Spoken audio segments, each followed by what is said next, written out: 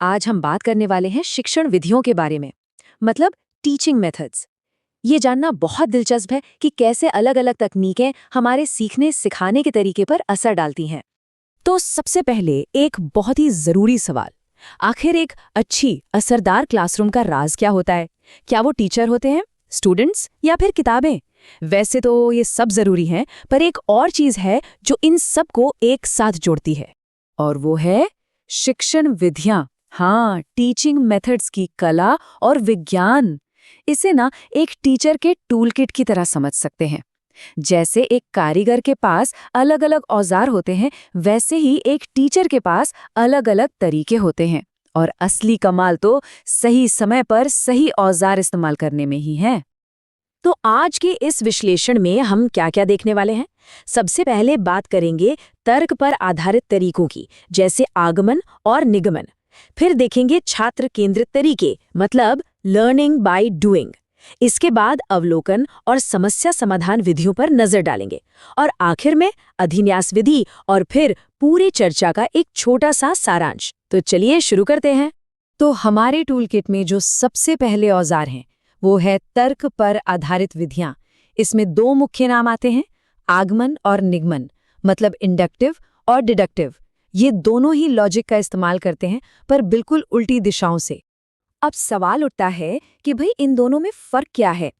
देखिए, आगमन विधि या इंडक्टिव मेथड में पहले कई सारे उदाहरण दिए जाते हैं और फिर स्टूडेंट्स को उन उदाहरणों के आधार पर एक सामान्य नियम या फॉर्मूला बनाने के लिए गाइड किया जाता है। ये एक तरह से बॉटम अप अप्रोच है। वहीं दूसरी तरफ निगमन विधि या डिडक्टिव मेथड में पहले नियम बता दिया जाता है और फिर स्टूडेंट्स उस नियम को अलग अलग उदाहरणों पर लागू करते हैं। ये बिल्कुल उसका उल्टा टॉप डाउन अप्रोच है। चलिए अब इनके फायदे और नुकसान पर भी एक नजर डाल लेते हैं। आगमन विधि जो है वो खोज को बढ़ावा देती है। इससे स्टूडेंट्स में एक साइंटिफिक सोच पैदा होती है, उनका कॉन्फिडेंस बढ़ता है। लेकिन हाँ, इसमें टाइम बहुत लगता है। और निगमन विधि ये काफी तेज है, समय और एनर्जी दोनों बचाती है, सिलेबस पूरा करने के लिए बढ़िया है। पर इसका एक खतरा है कि स्टूडेंट्स कहीं सिर्फ रटना ना शुरू कर दें बिना कॉन्सेप्ट को समझे। तो सबसे जरूरी बात यह है कि एक टीचर को पता हो कि कब कौन सा तरीका अपनाना है। अच्छा, तो तर्क आधारित तरीकों के बाद अब हम आगे बढ़ते हैं उन मेथड्स की तरफ जहां स्टूडेंट ही हीरो होता है, मतलब जहां सीखने की पूरी प्रक्रिया का केंद्र छात्र है। यहाँ जोर सिर्फ सुनने या पढ़ने पर नहीं, बल्कि खुद करके सीखने पर होता है। देखिए, ये तस्वीर इस बात को कितने अच्छे से समझा रही है। स्टूडेंट एकदम सेंटर में है और टीचर और सब्जेक्ट दोनों उसे सीखने में मदद कर रहे हैं। टीचर यहाँ सिर्फ जानकारी देने वाला नहीं है, बल्कि एक गाइड है, एक फैसिलिटेटर जो स्टूडेंट्स को खुद नॉलेज बनाने में हेल्प करता है। इसी सोच पर आधारित एक बहुत ही पावरफुल मेथड है ह्यूरिस्टिक विधि। इसे प्रोफेसर आर्मस्ट्रॉन्ग ने काफी प्रमोट किया था। इसका सीधा साधा सिद्धांत है, स्टूडेंट्स को जवाब मत दो, उन्हें खुद जवाब खोजने दो। उन्हें एक खोजकर्ता की तरह बनाओ जो समस्याओं से जूझता है और खुद ही हल ढूंढ निकालता है। अब करके सीखने वाली इन 3 खास विधियों को देखते हैं। पहली है खेल विधि, जो छोटे बच्चों के लिए बेस्ट है। वे खेल खेल में ही सीख जाते हैं।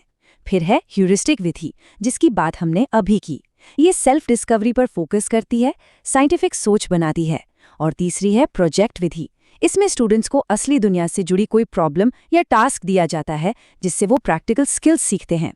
हर तरीका अपनी जगह अच्छा है, पर हाँ, इनमें समय और पैसा दोनों लग सकता है। तो चलिए अब टूलकिट में कुछ और औजार देखते हैं।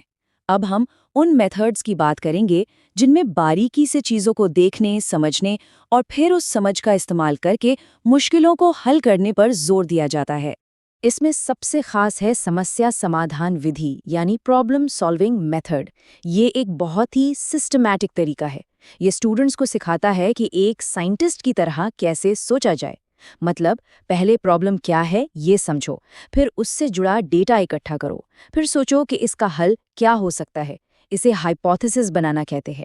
फिर उस हल को टेस्ट करो और आखिर में एक नतीजे पर पहुंचो।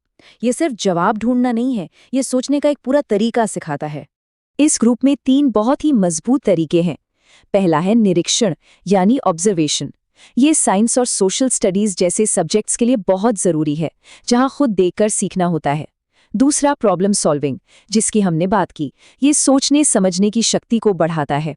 और तीसरा प्रयोगशाला विधि यानी लैब मेथड। साइंस की पढ़ाई तो इसके बिना अधूरी है। ये थ्योरी को एक्शन में देखने का मौका देती है। लेकिन हाँ, ये तीनों ही तरीके अच्छा खासा रिसोर्स और प्लानिंग मांगते हैं। चलिए, अब हम अपने टूलकिट के आखिरी औजार पर आते हैं। ये एक ऐसा तरीका है जिससे हम सब वाकिफ हैं। स्कूल में इसका खूब इस्तेमाल होता है। इसका काम है प्रैक्टिस करवाना और जो सीखा है उसे पक्का करना। इसके बाद हम पूरी बातचीत को समेटेंगे। हाँ, मैं बात कर रही हूँ अभिन्यास विधि यानी असाइनमेंट मेथड की।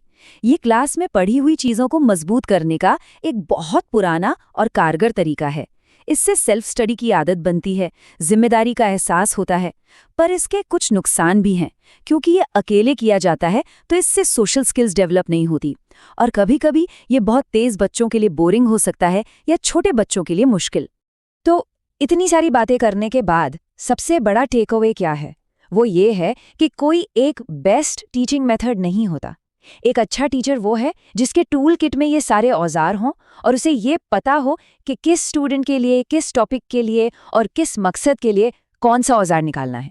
असली जादू इन सब तरीकों को सही सही मिलाने में है, ताकि सीखने का अनुभव मज़ेदार भी हो और असरदार भी। और जाते जाते एक सवाल सबके लिए, जरा अपने स्कूल के दिनों को याद कीजिए। कोई तो ऐसी क्लास होगी जो सबकी फेवरेट रही हो।